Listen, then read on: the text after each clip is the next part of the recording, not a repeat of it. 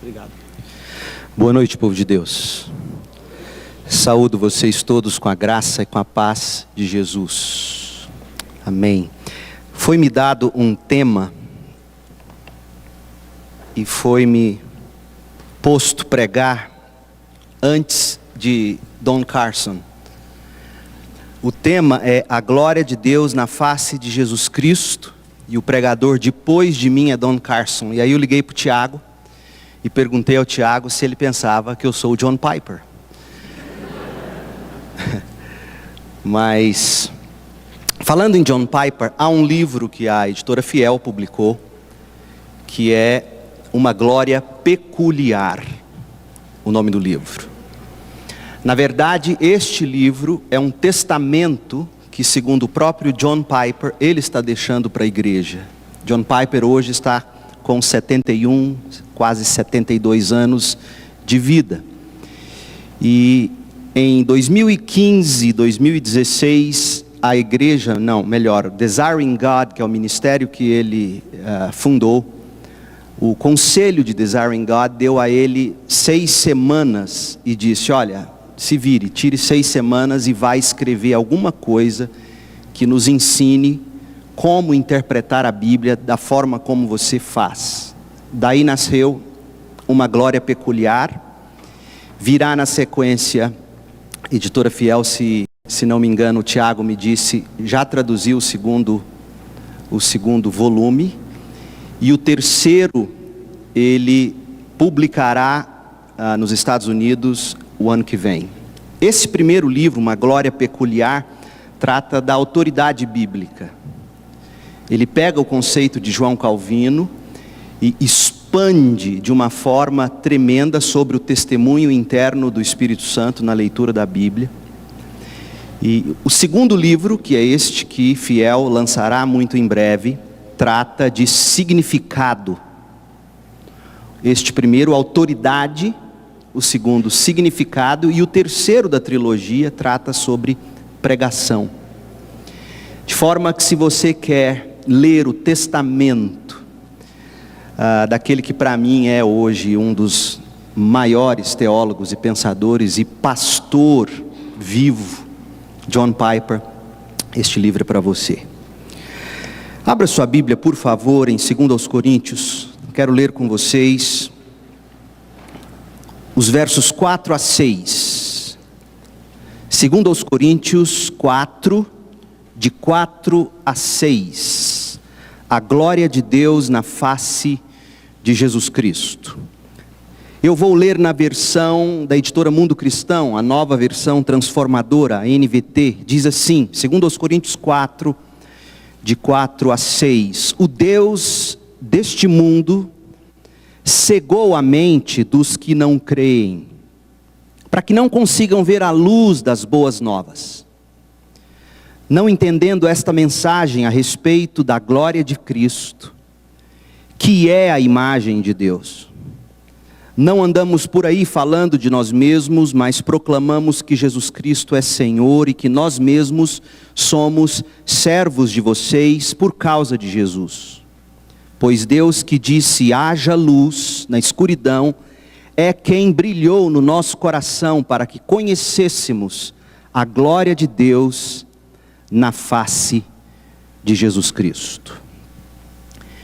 Pense comigo, o que seria mais patético do que alguém, por exemplo, ir ao Paraná, chegar às cataratas, face a face aquele conjunto deslumbrante de 275 cachoeiras na Foz do Iguaçu, tirar da mochila um espelho e ficar contemplando o próprio rosto, admirando-se de suas expressões faciais.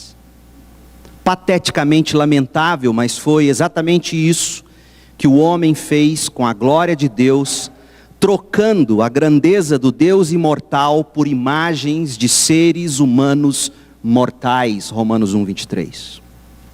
O modo como Deus nos criou, fez de nós seres humanos que são atraídos, e mais do que isso, seres humanos que são movidos pela beleza que nos dá prazer ou regozijo.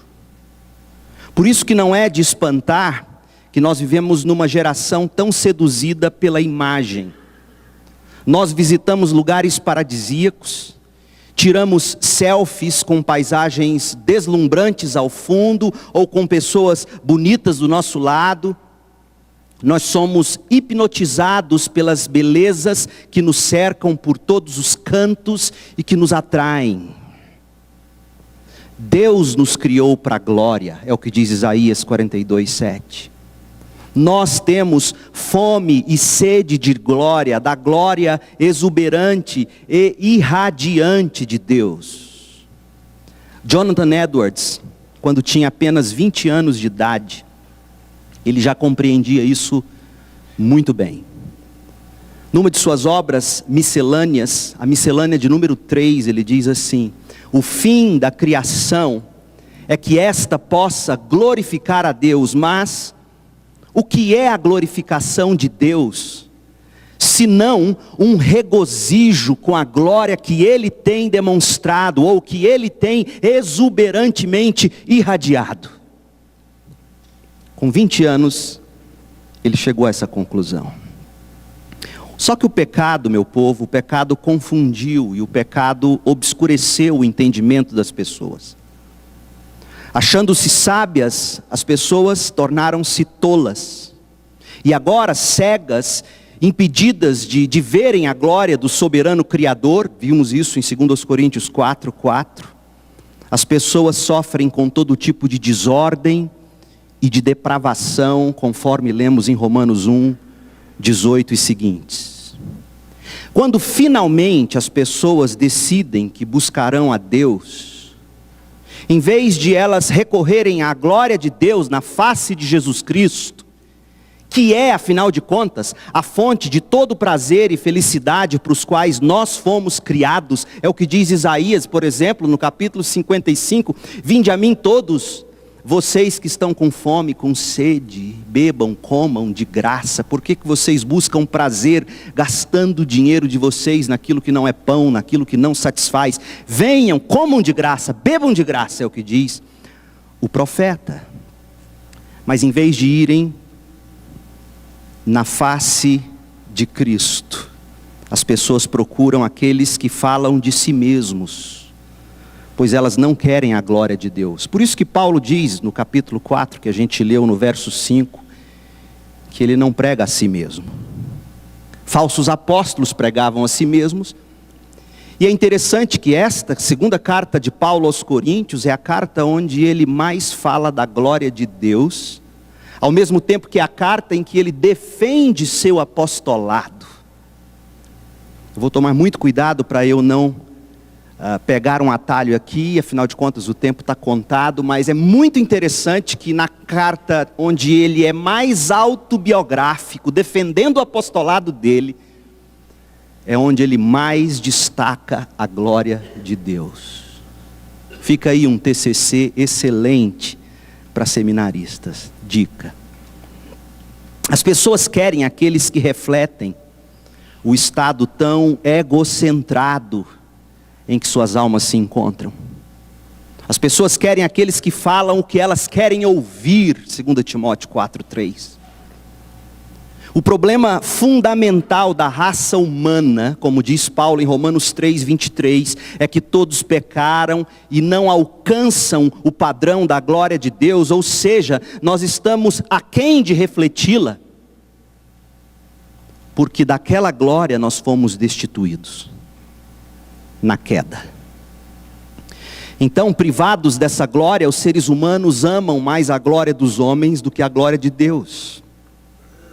Eles vivem para buscar a aprovação dos homens, muito mais do que a aprovação de Deus.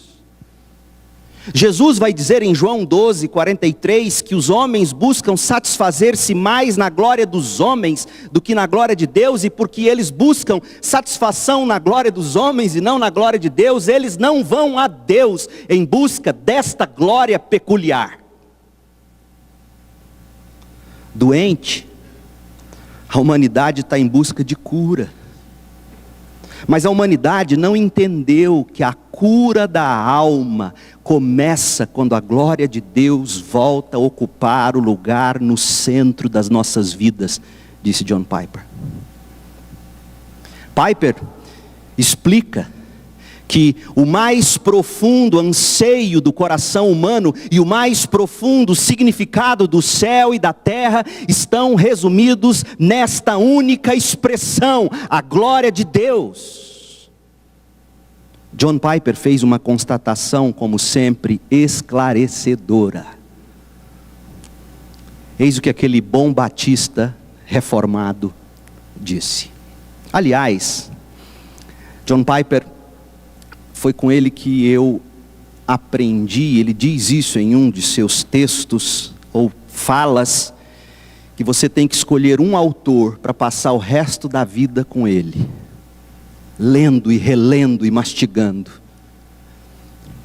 Ele não sabe, mas ele é o cara para mim.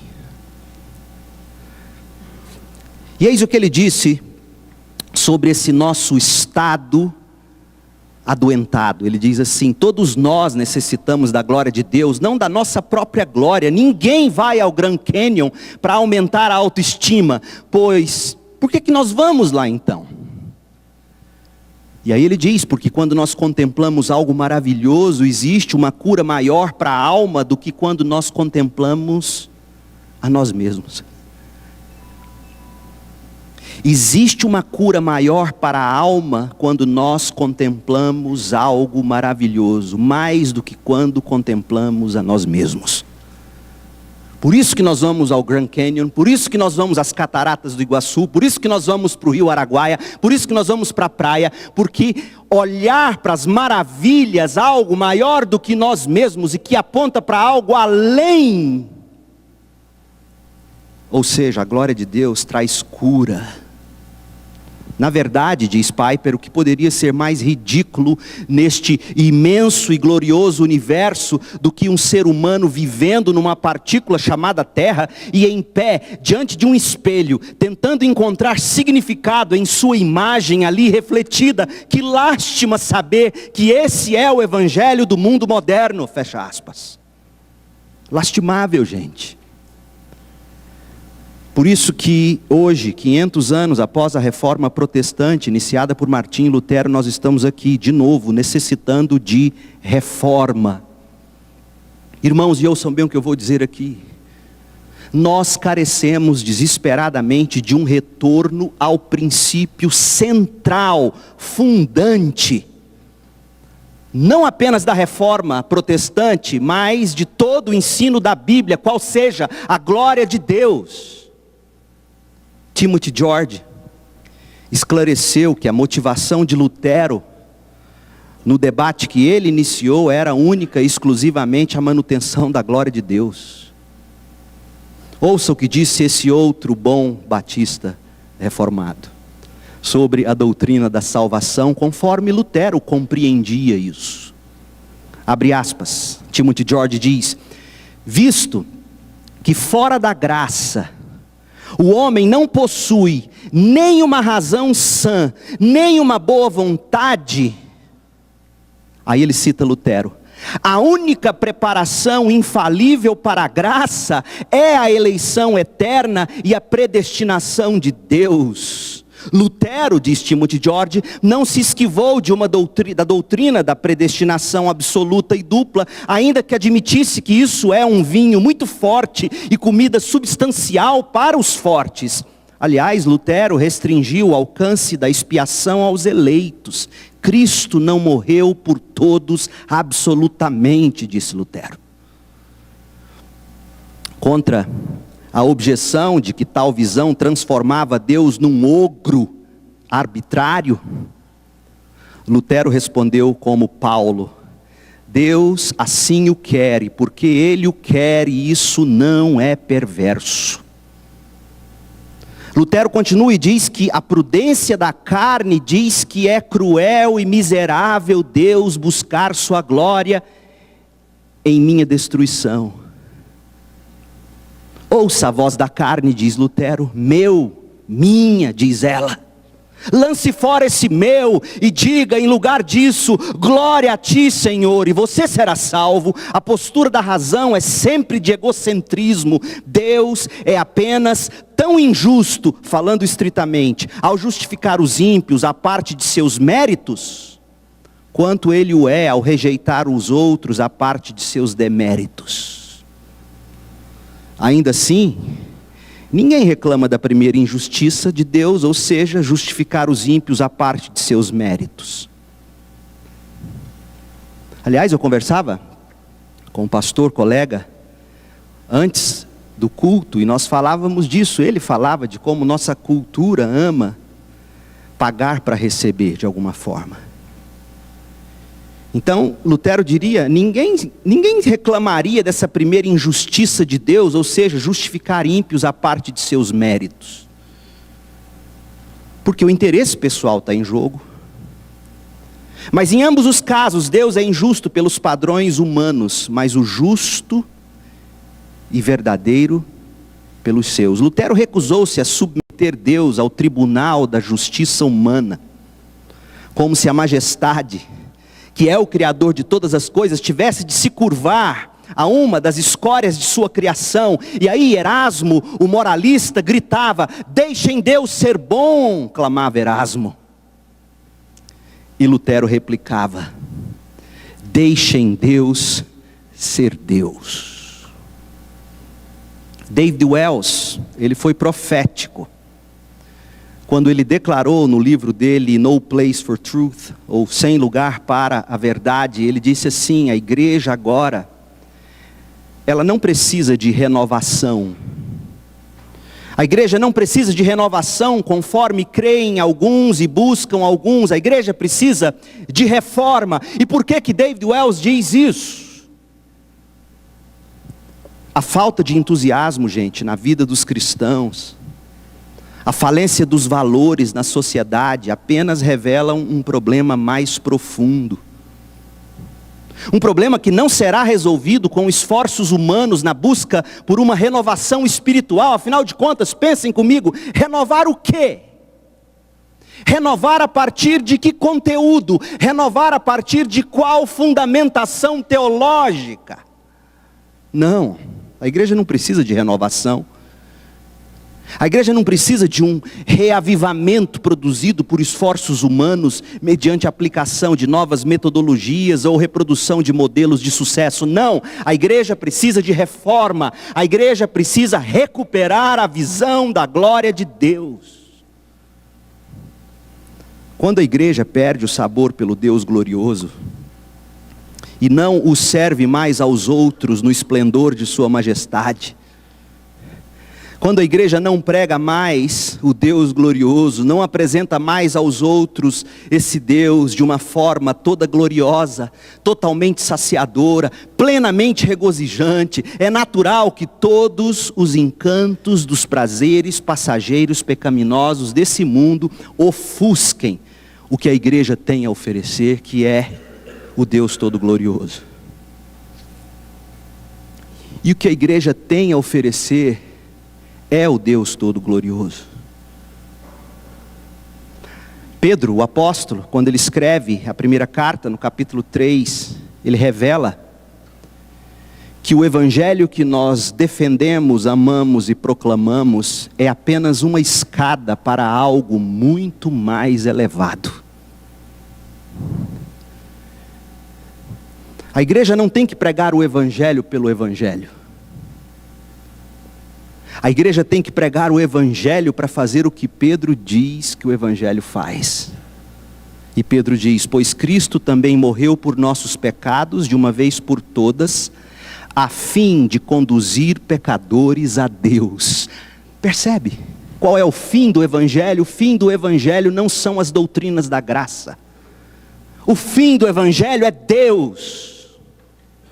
Nenhuma das realizações de Cristo narradas nos evangelhos, nenhuma das bênçãos do evangelho em si, por exemplo, expiação, perdão, justificação, santificação, vida eterna, nenhuma dessas bênçãos são boas novas se não forem meios pelos quais podemos ver e experimentar a glória de Deus. Essa doce verdade está muito bem explicada por John Piper no livro dele, Deus é o Evangelho. Pastor Silas, a Fiel, tem que reeditar esse livro. Nas palavras do próprio Piper, o melhor livro que ele escreveu, Deus é o Evangelho, um tratado sobre o amor de Deus como oferta de si mesmo. Está esgotado, infelizmente. Enquanto não publicam, se quiser eu te passo um PDF. Gente, quando a igreja, agência do Evangelho que nos leva a Deus, Evangelho que nos leva a Deus, quando a igreja perde a glória de Deus, por mais que ela pregue o Evangelho, pregar o Evangelho para que fim? Pregar o Evangelho para a pessoa se sentir bem? Afinal de contas, quem não quer ser perdoado? Quem não quer ir para o céu e encontrar a vovó? Pregar o Evangelho, tirando dele que o fim do Evangelho é nos levar a Deus. É isso que tem acontecido com a igreja, e quando a igreja perde a glória de Deus, ela perde a razão de existir. Por isso que nós precisamos de uma reforma, de um retorno à glória de Deus. David Wells disse assim: é este Deus majestoso, santo no seu ser, esse Deus cujo amor não conhece limites, porque sua santidade não conhece limites, que tem desaparecido do mundo evangélico moderno. Deus foi substituído em muitos lugares por um Deus que é fofinho, frouxo, cujos propósitos morais tornam-se meros conselhos de um tiozão que nós podemos desconsiderar ou negociar como acharmos conveniente, cuja palavra é um brinquedo para aqueles que desejam apenas escutar a si mesmos, cuja igreja é um shopping em que religiosos com seus bolsos cheios de moedas de necessidades fazem seus negócios. Buscamos felicidade, não justiça. Queremos ficar contentes, não completos. Estamos interessados em satisfação, não em santa insatisfação com tudo que está errado. E aí David Wells diz, é por isso que nós precisamos de reforma em vez de reavivamento. Os hábitos do mundo moderno agora, onipresentes no mundo evangélico, precisam ser mortificados, eles não podem ser revividos, eles precisam ser erradicados, não simplesmente embrulhados com um novo entusiasmo religioso, e eles estão neste ponto tão invencíveis. Diz Wells que nada menos do que a intrusão de Deus, da glória de Deus, nada menos do que isso será suficiente. Percebe o problema em que nós nos encontramos? Achando-se sábios, mas na verdade agindo como loucos, os evangélicos modernos rejeitaram a glória de Deus e recorreram à glória do eu. Leslie Newbigin, ele estava surpreendentemente correto quando ele diagnosticou o nosso estado. Ele disse assim, de repente, olha o que ele diz, ouça isso. De repente vi que alguém poderia usar a linguagem costumeira da cristandade evangélica e ainda assim, no centro de tudo, ser o eu, a minha necessidade de salvação. E Deus ser simplesmente o auxílio para tal. Também vi que grande parte da cristandade evangélica pode facilmente errar, que pode tornar-se centralizada no eu e na sua necessidade de salvação e não na glória de Deus. Gente, como nós estamos errados. Onde estão as igrejas hoje nas quais a experiência predominante é o peso da glória de Deus? Onde estão? Parecem estar extintas. Não centralizar a glória de Deus não apenas desonra a Deus, o que é terrível bastante, mas não centrar a glória de Deus também torna a igreja cúmplice do estado de apodrecimento do mundo em que ela está inserida. Não centrar a glória de Deus torna a igreja insípida, sem sabor. E o próprio Jesus diz que quando perdemos o sabor, quando nos tornamos insípidos, a igreja para nada mais serve, a não ser pisada pelos homens. Por isso que não me admira o artigo do fulano de tal, da revista Veja, metendo a boca em evangélico. Você espera o quê? Que vejam o quê no que se vê por aí e dito como evangelho? Mais uma vez, a palavra de Wells é sábia quando ele escreve sobre a nossa cultura moribunda. Ele chama de cultura moribunda porque perdeu o referencial de Deus. Ele diz que isso precisa ser rapidamente resgatado. A igreja precisa se posicionar, levantando com esplendor o estandarte da glória de Deus. Porque lembra do que nós dissemos? Deixar a glória de Deus como algo periférico não só desonra a Deus, como também destrói o ser humano. E eu quero que você ouça o que David Wells disse lá em meados da década de 90 do século passado, e eu quero que você tenha em mente toda essa briga que hoje nós vemos acontecendo no Brasil e no mundo, na verdade, sobre casamento entre mesmo sexo, ideologia de gênero, etc. Ouça David Wells, e aqui ele está falando sobre o fato de a igreja perder a glória de Deus como referencial. Para mais nada ela presta, a não ser criticada pelos editores de Veja. Abre aspas. Na medida em que desapareceu nosso entendimento de nós mesmos como criaturas morais que vivem diante da face de Deus, o vácuo vem agora sendo preenchido por antropologias alternativas. Nas palavras de Calvino, o homem jamais chega ao puro conhecimento de si mesmo até que haja antes contemplado a face de Deus, a glória de Deus, e da visão desta glória desça para examinar-se a si próprio. Eu me conheço na medida em que eu vou à glória de Deus, vejo Deus e de lá eu desço e me vejo, mas tendo como referencial, não o que eu sinto, mas a glória de Deus. Não o que a sociedade quer, a glória de Deus. E aí David Wells continua, essas antropologias alternativas, sem o referencial da face gloriosa de Deus, contudo, não estão só no centro de nossa crise cultural. Estão também no centro de nossa crise de identidade evangélica. E aí ele continua, se nós não somos seres morais que se colocam na presença de um Deus glorioso, quem nós somos? E olha as perguntas que ele lança lá em meados de 1990. Se eu não sei quem eu sou diante da glória de Deus, quem eu sou? Eu sou os meus genes? Eu sou minha orientação sexual? Eu sou o meu passado que me atormenta? Eu sou minha autoimagem, eu sou a minha personalidade, eu sou minhas experiências, eu sou o que eu tenho, o que eu possuo, o que eu adquiro, eu sou aquilo que eu como, eu sou o que eu faço, eu sou as pessoas que eu conheço, quem eu sou? Essa bravata ecoa com seu próprio vazio, diz Wells. Sumiu o pecado, mas é evidente que esta jogada dos dados não ganhou o jogo. Não só nossos dilemas pessoais se multiplicam geometricamente, como também nossa cultura se esfacela. E olha a constatação dele.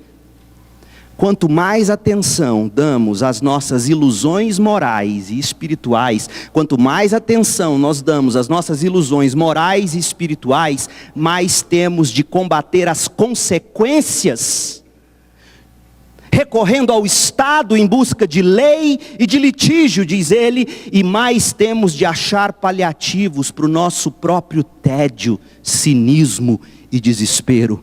Fecha aspas. Oh, meu povo, é urgente, nós precisamos de uma reforma que recupere a glória de Deus. É imperativo que a gente retome aos princípios da reforma iniciada por Lutero no século XVI. A indústria do purgatório, das indulgências, que fez Lutero entrar em erupção, quando publica as 95 teses, todos os temas principais, advindos e discutidos pelos reformadores, lá nos primórdios da reforma, por exemplo, justificação pela fé, abuso sacerdotal, transubstanciação, oração aos santos, autoridade papal, todos eles têm como problema fundamental o abandono da glória de Deus. Quando se abandona a glória de Deus, a igreja se torna a igreja da era medieval. O que a gente está vendo hoje, meu povo? João Calvino, por exemplo, com seu zelo... Aliás, gente, eu estava me segurando, mas deixa eu me regozijar agora em louvor. Eu devo muito a duas pessoas que estão nesse auditório. Ao reverendo Milton, que me apresentou as doutrinas da graça. E como eu li meu Berkoff de capa a capa. E como eu comi meu Berkoff. E ao reverendo Walter Graciano, que tem traduzido as obras de Calvino e as institutas, que enquanto a minha igreja estudava revistinha, eu, recém-convertido, com 19 anos, estava lendo as institutas de Calvino, traduzidas pelo reverendo Walter. Fique em pé, reverendo. Eu acho que nós devemos uma salva de palmas a você por traduzir essas belas obras. Está dormindo, moço? Fique em pé, reverendo. Uma salva de palmas para esse homem de Deus. Obrigado, reverendo. João Calvino, com zelo incessante em expor a glória de Deus, ele viu a mesma coisa que Newbigin vê no evangelicalismo moderno cheio do eu. Calvino responde a Sadoleto. Sadoleto era um cardeal de Roma, que em 1538 escreveu aos líderes de Genebra tentando reconquistá-los para o catolicismo romano. E eis a resposta de Calvino, ou o trecho dela. Sadoleto, teu zelo por uma vida santa, é um zelo que mantém um homem inteiramente devoto a si mesmo.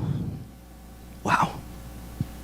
E não o desperta em nenhum momento a santificar o nome de Deus. O desejo de minha vida é colocar, diz Calvino, à frente do homem, como motivo primordial de sua existência, zelo para demonstrar a glória de Deus. Onde o conhecimento desse tema, ou seja, a justificação pela fé somente, é removido, diz Calvino, a glória de Deus em Cristo é extinta. Nós precisamos disso. E eu poderia citar, por exemplo, Calvino, quando ele escreve e diz assim: Roma tinha destruído a glória de Cristo de muitas maneiras, apelando aos santos para interceder quando Jesus Cristo é o único mediador entre Deus e o homem. Adorando a Virgem Maria quando somente Cristo deve ser adorado, oferecendo um contínuo sacrifício na missa, quando o sacrifício de Cristo na cruz foi completo e suficiente. E Calvino diz: roubaram a glória de Deus. Gerhard dos Voss, um dos grandes teólogos reformados, ele foi capaz de sintetizar o que para ele é o extrato, o suprassumo da reforma protestante ou da teologia da reforma. Ele estava respondendo por que a teologia reformada é capaz de compreender toda a plenitude da Bíblia, e aí ele diz assim: a teologia da reforma apropriou-se das Escrituras em sua raiz, em sua ideia mais profunda. Essa ideia arraigada que seria como chave para destrancar os ricos tesouros das Escrituras, foi a preeminência da glória de Deus na consideração de tudo o que havia sido criado. Michael Horton, falando sobre os solas da reforma, resume que os solas apontam para a glória de Deus. Pregar a Bíblia somente é pregar Cristo. Pregar Cristo somente é pregar a cruz. Pregar a cruz é pregar a graça. Pregar a graça é pregar a justificação somente pela fé. Pregar a justificação somente pela fé é atribuir o todo da salvação à glória de Deus. Ou seja, gente, a essência da reforma protestante foi o resgate da glória de Deus. o glorioso estudo da pessoa de Deus agora. Vamos afunilar nosso conceito, porque até aqui o que nós fizemos foi tentar pintar o cenário e dizer que nós precisamos de uma reforma e não de um revitalizar da igreja. Afinal, revitalizar a doutrina ou a teologia hoje anunciada não é o caminho. Nós precisamos redescobrir a glória de Deus. Mas o que mais peculiar sobre a glória de Deus nós precisamos resgatar? Nós jamais vamos encontrar algo tão monumental para ser estudado e ao mesmo tempo tão encantador para o coração sedento do homem do que a glória de Deus. Charles Spurgeon, com 20 anos de idade, ele pregou sobre Malaquias 3, versículo 6. E com 20 anos de idade, ele intitulou o seu sermão A Imutabilidade de Deus. Olha o que ele diz: o estudo apropriado dos eleitos de Deus é Deus. A mais alta ciência, a especulação mais elevada, a filosofia mais poderosa, as quais podem capturar a atenção de um filho de Deus, é o nome, a natureza, a pessoa, a obra, as atitudes e a existência do grande Deus a quem ele chama seu Pai. Pense na maravilha que é o fato de Deus ter escolhido se revelar às suas criaturas. Os outros deuses não se revelavam às suas criaturas. Os outros deuses ficavam calados. A Bíblia diz que eles são surdos e mudos, e seus adoradores cortam seus corpos, literalmente, na tentativa de ouvir uma voz celestial. Mas o nosso Deus se revelou.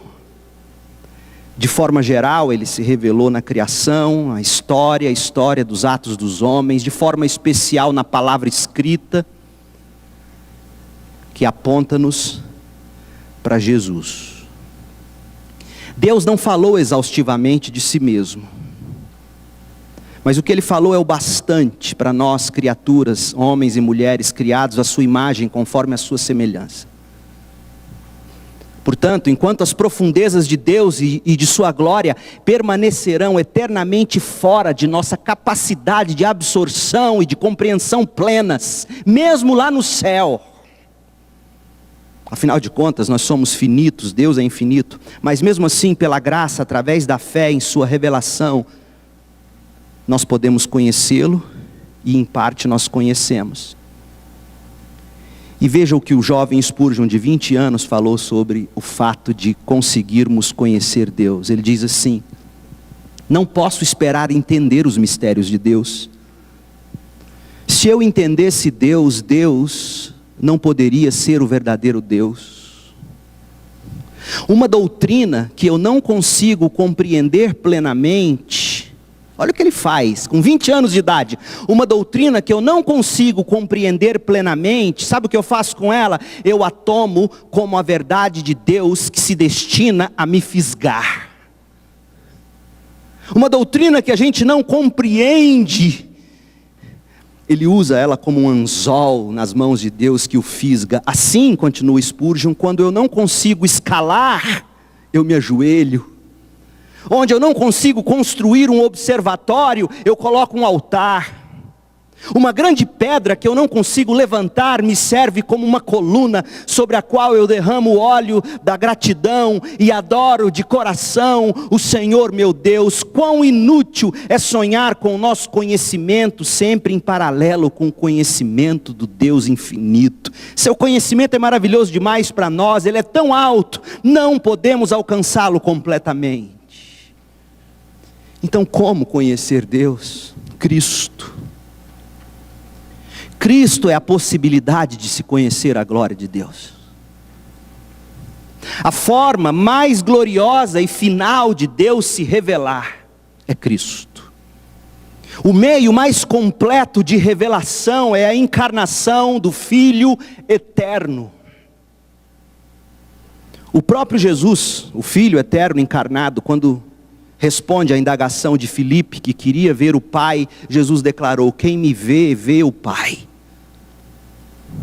Ai, como a gente poderia prosseguir com o Evangelho de João, buscando enxergar a glória de Deus. Afinal, esse é o propósito de João. Nós estamos estudando João lá na igreja.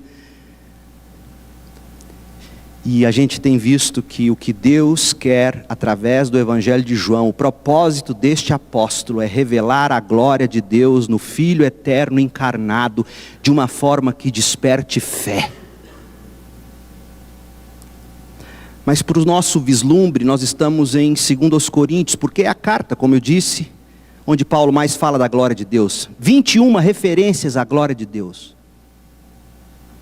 Glória é um tema vital para o apóstolo Paulo, especialmente nessa carta onde ele atesta que a revelação da glória de Deus é predominantemente cristológica.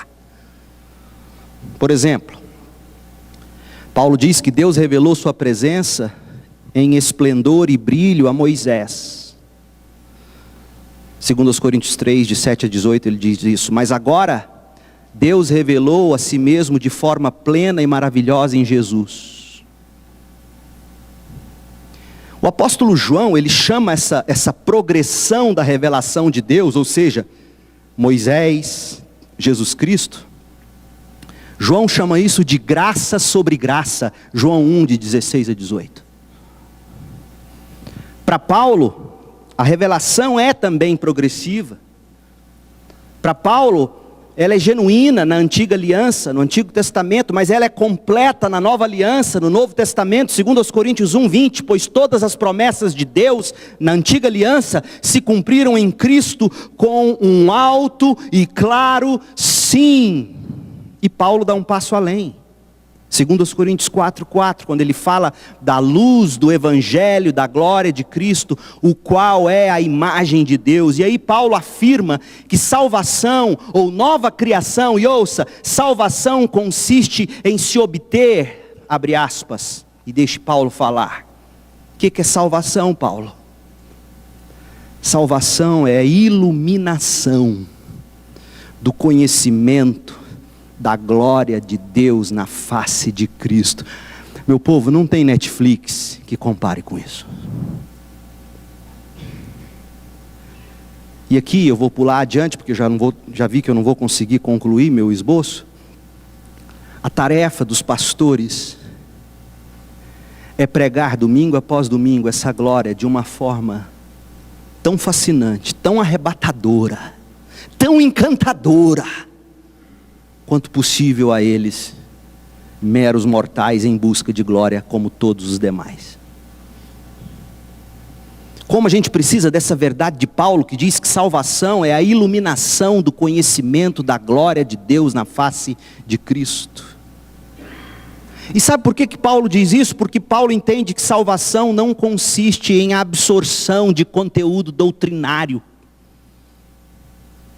O diabo sabe doutrina.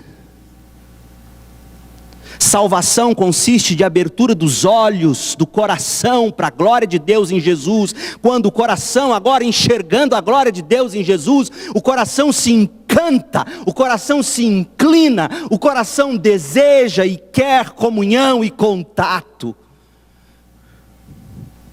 Quer o abraço de Deus em Cristo. E isso só será possível de duas maneiras. Quando a gente prega de forma encantadora, arrebatadora, apaixonadamente cristocêntrica. Não queira ganhar as pessoas para a glória de Deus se a sua pregação não for encantadoramente, arrebatadoramente, apaixonadamente cristocêntrica. Você vai ganhá-las para qualquer outro tipo de evangelho, não o evangelho que Paulo descreve. Porque se não for a glória de Deus na face de Cristo, não é o evangelho que salva. E além da pregação, a gente precisa de oração para a intervenção soberana e sobrenatural do Espírito de Deus no coração do ouvinte.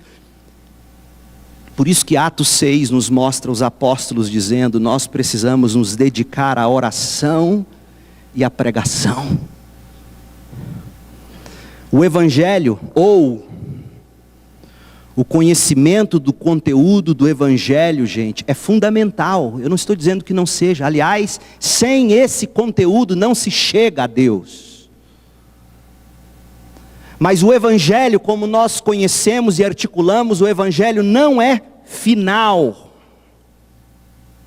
Sem o Evangelho não se chega a Cristo, eu sei, mas o fim do Evangelho não são as doutrinas da graça per si. O fim do Evangelho e das doutrinas da graça é a glória de Deus na face de Jesus Cristo. O que se busca com o Evangelho e com as doutrinas da graça não é inchaço intelectual, mas, como diz John Piper, alargamento constante, progressivo, eterno, de prazer e de alegria e de deleite na glória de Deus, resplandecente no rosto de Jesus Cristo. O Evangelho é o meio, e como nós precisamos do Evangelho. Evangelho que deve ser devidamente conhecido, articulado, anunciado do púlpito, pessoalmente através de relacionamentos discipuladores. Nós precisamos do Evangelho, mas não se esqueça, o Evangelho não é o fim. Pregar justificação pela graça por meio da fé somente não é o fim. O objetivo que se persegue, o propósito da pregação do Evangelho, ouça, é o desfrute da glória de Deus. Deus é o Evangelho, 1 de Pedro 3,18. John Piper diz assim: o nível mais profundo da salvação está no termo a glória de Cristo, o qual é a imagem de Deus, segundo aos Coríntios 4:4. Ou a glória de Deus na face de Cristo, a glória de Deus em Cristo, ou a glória de Cristo que é Deus. Esse é o nível mais profundo da salvação. E aí Piper diz: você não poderá ir mais fundo do que isso. Não há uma realidade mais profunda e nenhum valor maior do que a glória de Deus em Cristo. Não há nenhum prêmio e nenhuma satisfação além disso. Quando você tem isso, a glória de Deus em Cristo, você está no fim da linha, você está em casa. A glória de Deus não é um meio para nada maior. A glória de Deus é a realidade definitiva, absoluta. Toda a verdadeira salvação termina aqui, não antes nem além. Não há além, além é Cristo, a glória de Deus em Cristo. E o Evangelho nos aponta para isso. Paulo, ao longo de toda a segunda carta aos Coríntios, destaca que a revelação da glória de Deus é decisiva e permanentemente cristológica. John Owen, o grande puritano, 1680 e alguma coisa, de uma forma belíssima, na última obra que ele escreveu, morrendo, deitado no seu leito, escrevendo, pensando no seu rebanho, um dos livros mais belos que o cristianismo possui, um dos tesouros, chamado Meditações na Glória de Cristo. Pena que em português nós temos só uma versãozinha, resumo do resumo, publicado pela editora Pes. John Owen está escrevendo para suas ovelhas, ele que estava chegando ao fim da linha, foi seu último livro. E ele, falando da glória de Cristo, ele diz assim: todas as comunicações do ser divino e infinita plenitude do ser divino no céu, para os santos glorificados, estão e são através de Jesus Cristo. Todas as comunicações de Deus conosco em glória se darão através de Cristo Jesus. John Owen diz que Cristo deve ser para sempre o meio de comunicação entre Deus e a igreja, mesmo na glória. Todas as coisas estão reunidas num só Cristo. É destas comunicações de Deus através de Cristo, diz John Owen, que depende inteiramente nossa continuação em um estado de bem-aventurança na glória. E aí John Owen vai dizer que Deus hoje a nós se revela em Cristo pela fé. Na glória nós o veremos face a face.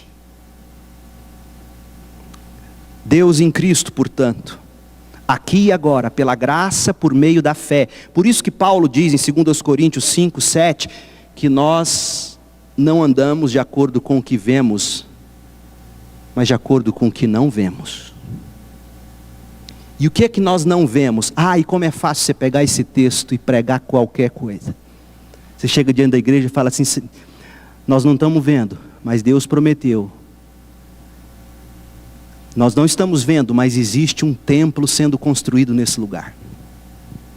Isso está mais para Paul Yong-Shu e quarta dimensão do que o que Paulo está dizendo.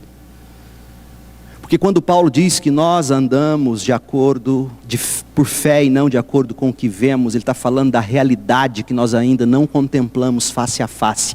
E essa realidade é Jesus Cristo. Não pregue fé sem pregar Jesus Cristo, porque é facinho você caminhar, por exemplo, por Hebreus 11 e pregar tudo menos Cristo. Hebreus 11 é Cristo. Hebreus 11 é Cristo. Aliás, que é carta mais cristocêntrica, exaltando Cristo. O que é a grande arca que Deus está construindo através de Noé? Cristo é a nossa arca. O sacrifício mais perfeito e melhor de Abel aponta para que sacrifício? O Cristo. Leia Hebreus 11 e veja Cristo. Leia a Bíblia e veja Cristo. Como eu teria mais a dizer. Mas deixe-me terminar dizendo o que Spurgeon disse no sermão que ele pregou, chamado A Glória de Deus na Face de Cristo.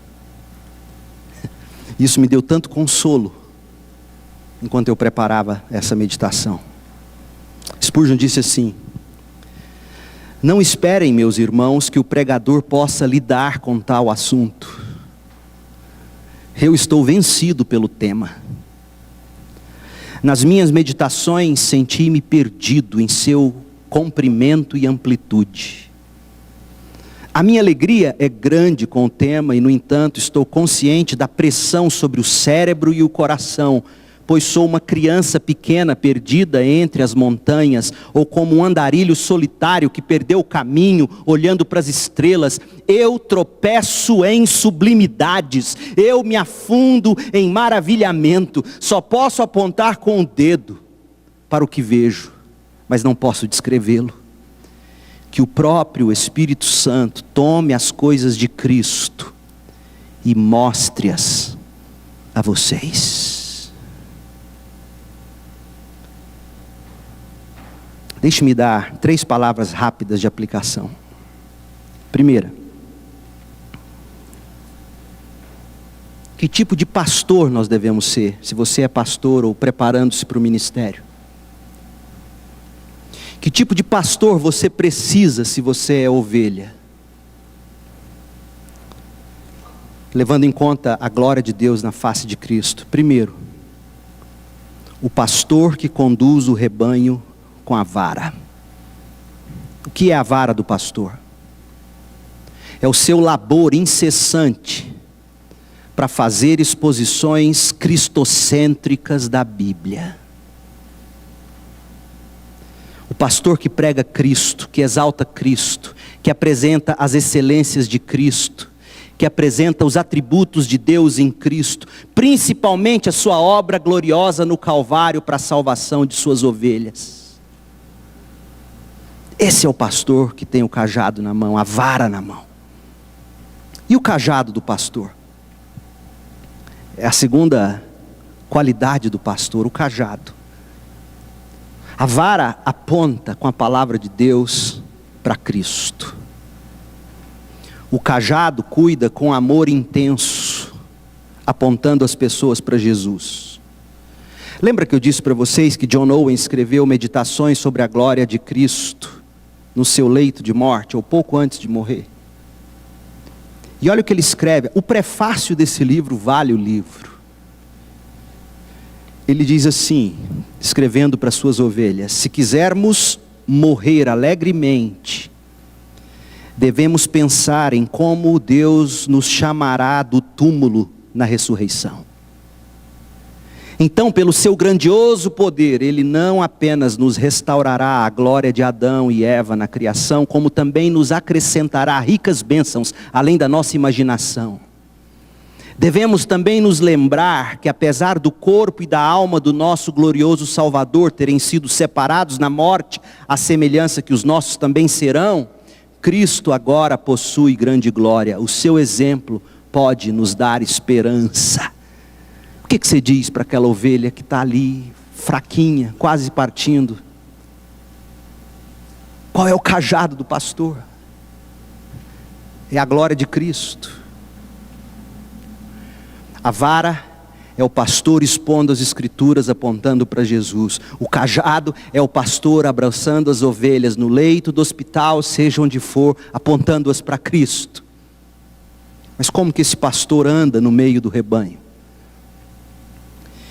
Ele anda de joelhos, com ardor inflamado na oração, porque ele sabe que suas ovelhas só verão a glória de Deus através das suas leituras diárias, através dos seus sermões dominicais, através do seu aconselhamento, através de suas visitas pastorais. As suas ovelhas só verão a glória de Cristo se o Espírito Santo de Deus irromper com poder, tirando as vendas dos olhos delas.